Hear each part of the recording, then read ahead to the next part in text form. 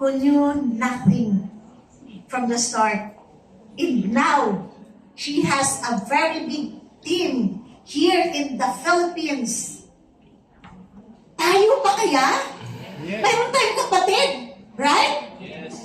Mayroon tayong pinsan. Ano pa? May kaibigan. May kaklase. May kaaway. Pati kalaban, pwede dito. And you can be good friends with your enemies. Yes, the culture of Freeway is the culture that is for everybody. So kung kalaban mo yung nasa lubong mo, maybe that person, you can change the life of that person. And you can be a good friend again. So, here sharing to us is what was transpired last night. The leaders that is sharing to us. And I agree, as what I mentioned, this is one of the most powerful. So she said, the best LES ever. Because we experienced also that we, last November 17, we are in Bangkok, right? But the feeling is different. Tama ba? We're there, but the feeling is different. Because all the speakers are foreigners, Chinese speaking. And as what our boss mentioned, the sharing is they talk during their presentation on the stage. But last night is a different one. As what I mentioned, they practice, no? So, the time of our Team Supreme Pegasus 1 in the Philippines keep on growing. Why?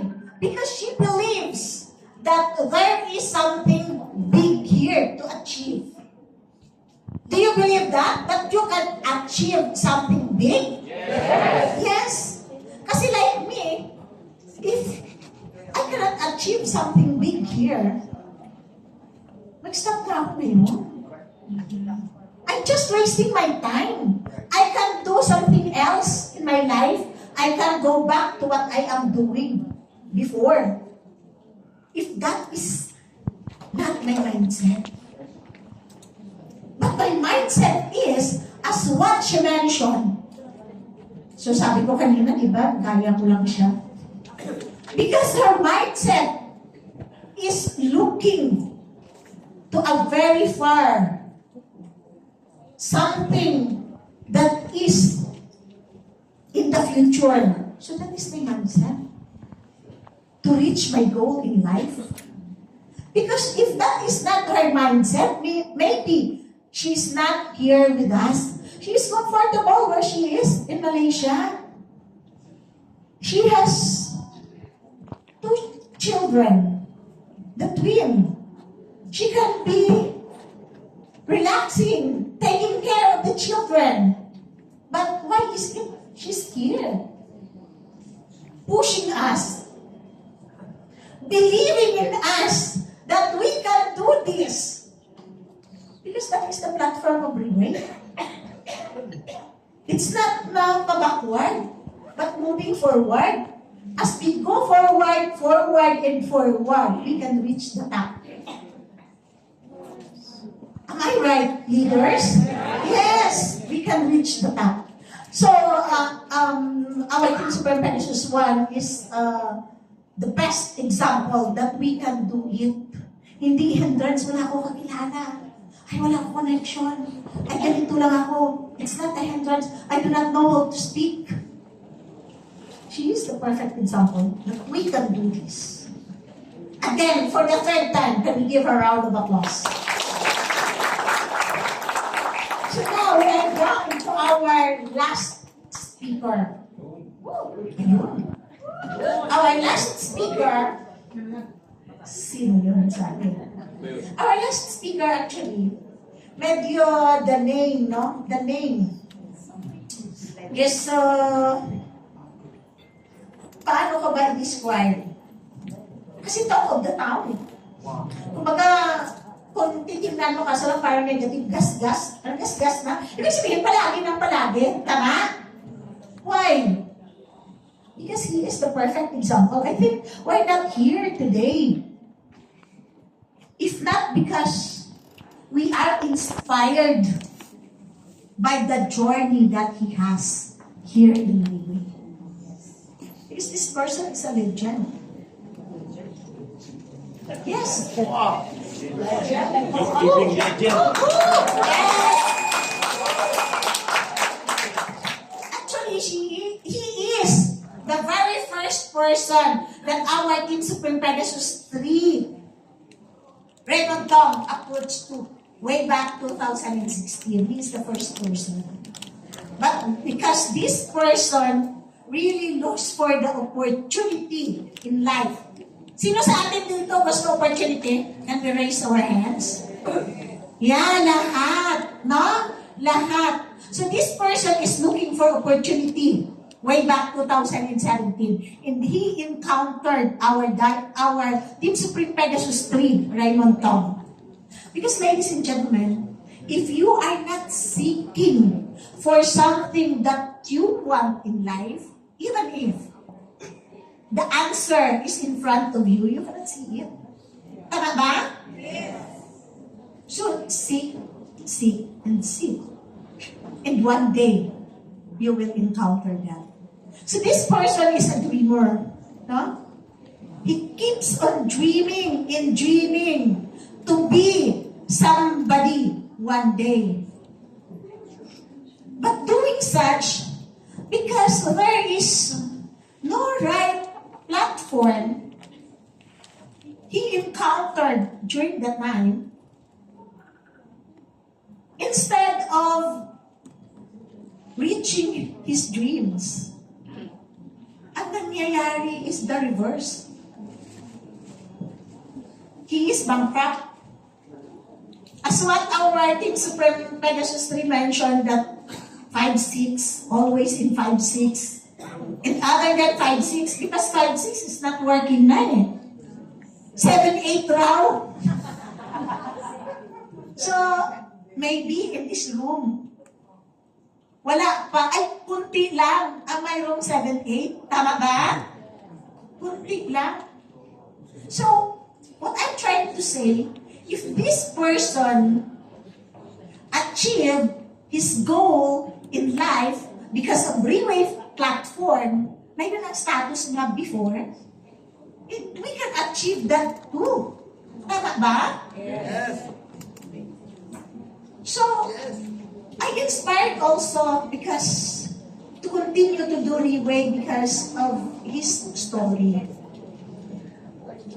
Na kahit bankrupt pala, pwede mag-start dito and be successful. No? So, hindi kailangan pera.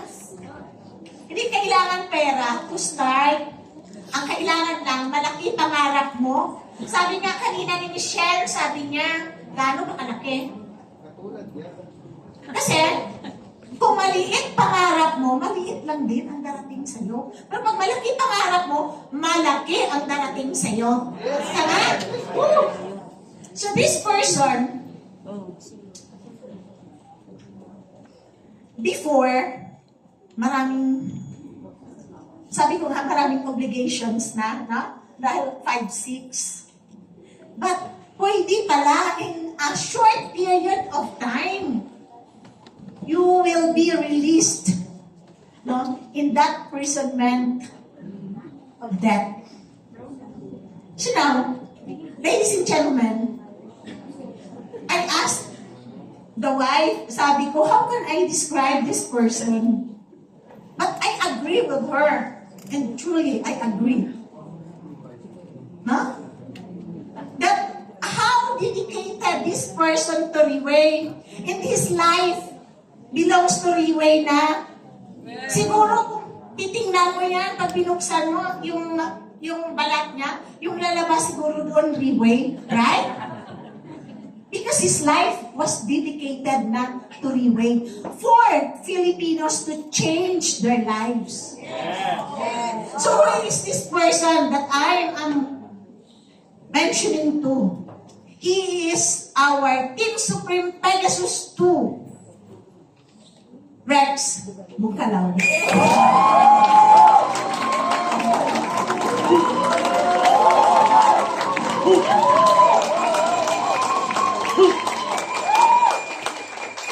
Thank you so much. Let's give a round of applause to Jan. Very good job. Of course, a big round of applause to our first two speakers. They make my job easier. So, and it will also make my job harder. because now I don't have anything to say. And I don't want to hold you for so long because I know that you are all excited. Yes. Are you all excited? Yes! Actually, I'm very, very excited. So, ladies and gentlemen, last night's event, yesterday's event was so powerful, right? Yes! Very powerful. In fact, the word powerful is not even enough. Yes. It's spectacular. First time I heard boss talking about the and you know what boss said before he went up. He went to me. Yeah, you should be the one. Next time, boss. Next time. But ladies and gentlemen, I believe each and every one of us here can become successful in Leeway. Yes. Do you believe that? Yes. Okay. Why do I say that? Because Leeway is a very competitive environment. Yeah. You are here to be challenged. You are not here to sit down and relax, enjoy a movie. No. You are here to be pressured so that you will become better. You will become stronger. You will win. You will become successful. And that is why I believe that you are at the right place, the right time. Let's give yourselves a big applause. Yesterday's messages of all the speakers and boss, well, I know that everybody learned a lot, but you know, ladies and gentlemen, for me, because our first two speakers already gave the right messages, I'm just going to share my very own message. Everything I hear on stage is pointing to me.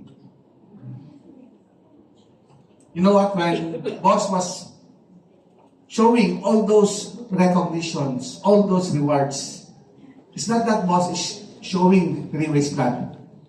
For me, boss is saying, this is my future. Yes.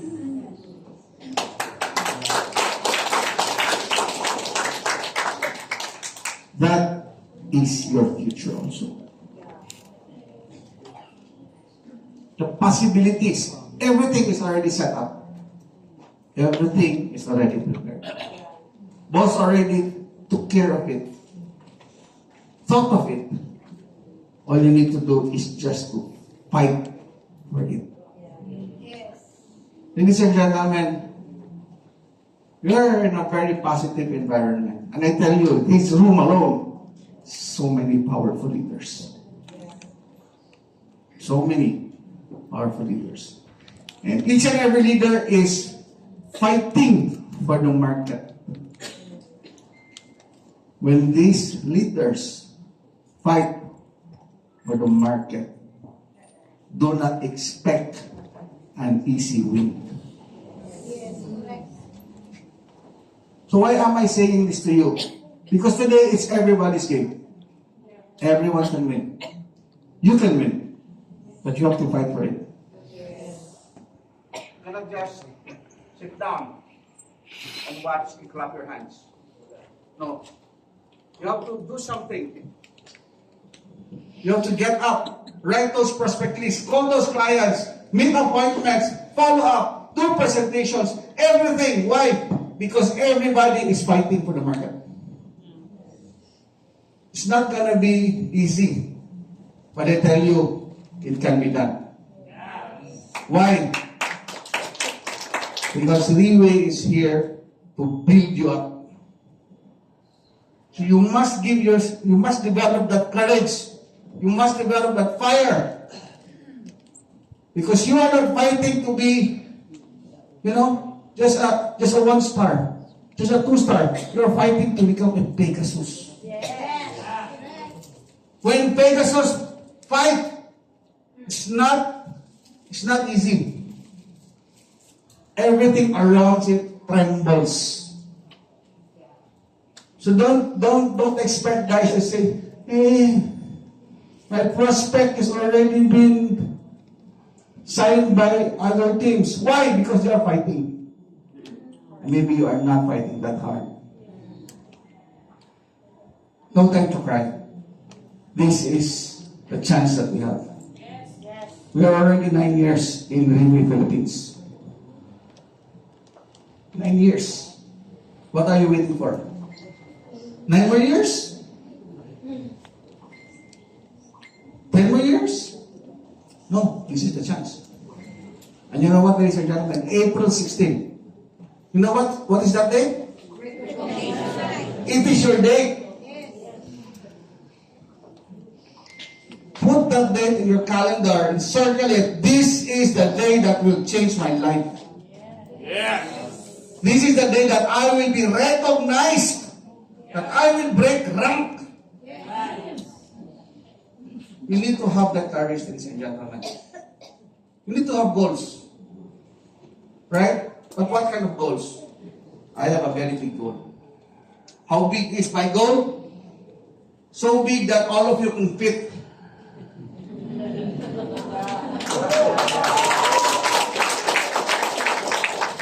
So don't people say our leaders don't have goals. No! You can see our goals because you are in it.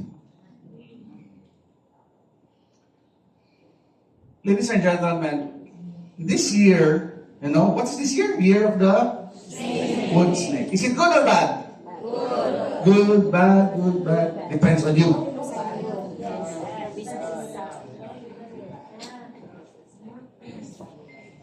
As long as you wake up in the morning, it's good. Because if you don't wake up anymore, then it's bad. Correct? But I tell you, I don't like snakes. No? Me, I don't like snakes. But personally, I see something good. A snake, a small snake can swallow a big egg. Have you seen a small snake swallow a big egg? Yes. And the egg is 20 times more bigger than its head. But the snake can swallow it. Right? Be the snake. Not the egg.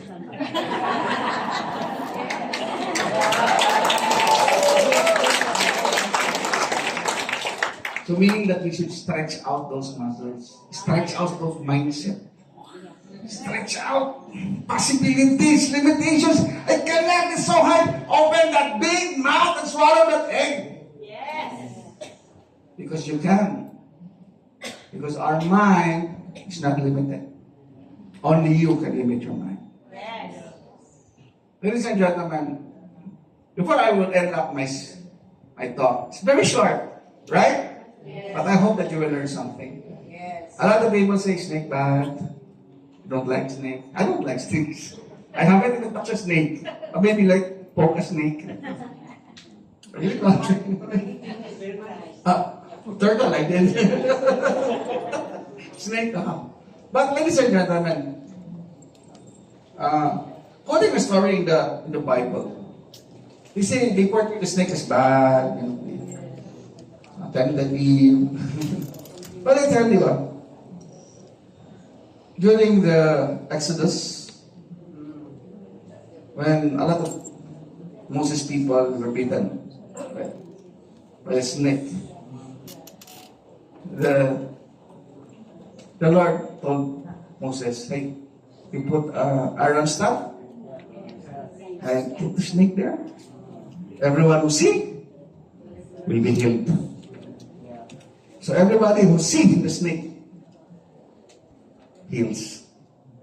That is why you get the logo of the emergency, the staff and the snake. That is the story there. So ladies and gentlemen, today This year, I believe that this is a year of healing.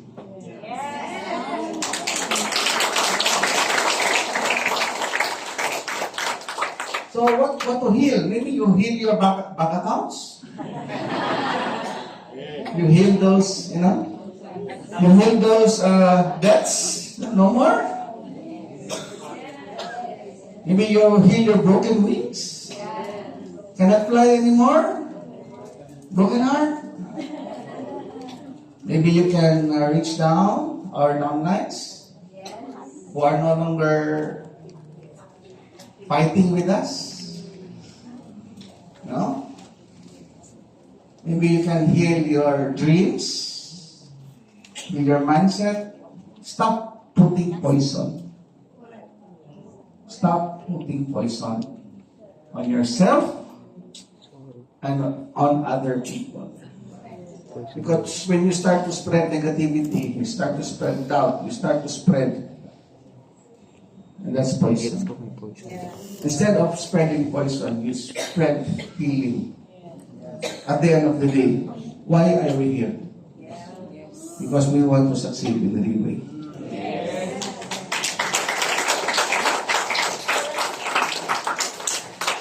Right? So I'm very, very excited. Our Team Supreme Pegasus 3 said, I will make a Pegasus Central Luzon. Bring it on.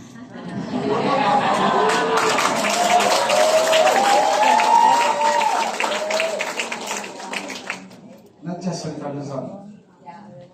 We have other areas also.